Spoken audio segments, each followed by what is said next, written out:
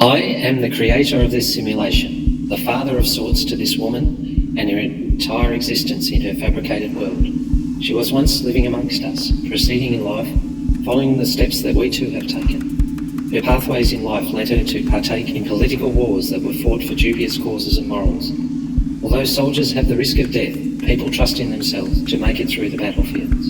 Unfortunately for my sister, her faith was not enough to prevent shockwaves of an explosion from situating her in a vegetative coma. The body that once was strong and agile became immobile and delicate. Instead of letting her mind lay wasting away, I found a new purpose for her, and she was the perfect candidate for my simulation trial.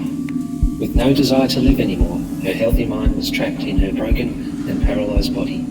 The simulation was a way to free her from that anguish. It has been 24 years since she entered the simulation. For my team to gather untampered raw data, her mind was reset, and she was imported into the simulation as a child, with no memories of her prior life. My job is observing the quality of her life within this intangible space and compare it to the life she led on Earth. Without the troubles of today, I showcase the findings of my work. When my sister and I were younger, we were intrigued by science fiction cinema pieces that explored ideas of post-human and simulation. The discussions that it sparked would lead us to fight over and disagree with the plot's difficult questions. She would splurge that the Matrix was something that needed to be escaped and destroyed, as the real-life counterparts were merely farmhouse slaves.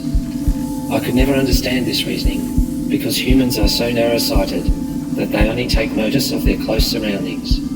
As long as their life is unaffected, they do not see the wider picture of the damage and suffering that goes on around them. The energy farmers in the film give birth to the humans in the world the same way that our planet's Earth citizens give life to beings in our world. The same can be said with religion and God, which transcends its believers to heaven. In all of these situations, the human is transferred to another simulated world, whether it be good, God-created, or digitally contrived.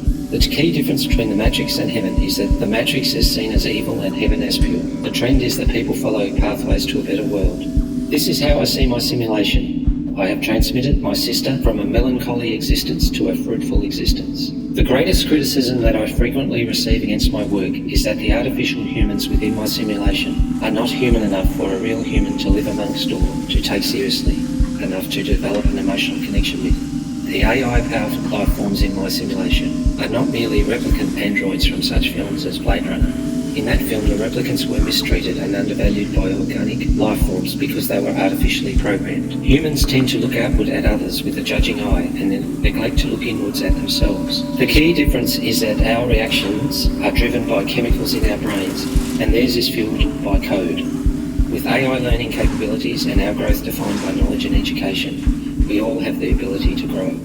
People argue that the life my sister leads in the simulation is a post-human existence.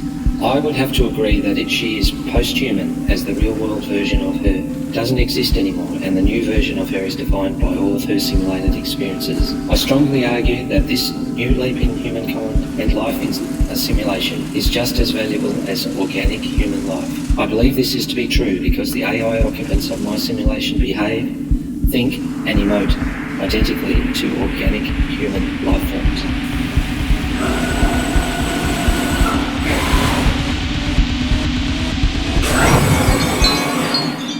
To be grateful is simply not enough. To smile with no restraints, to laugh at every moment, and breathe in the fragrance of joy so deeply that it is entrenched in your soul. To cry, to hate, to curse at unfairness, to love itself, to wait, to be enchanted by romance, to see your every hope reflected in the eyes of someone promising you a lifetime of adventures. To show life that you will not let it down. That is how you appreciate your blessings.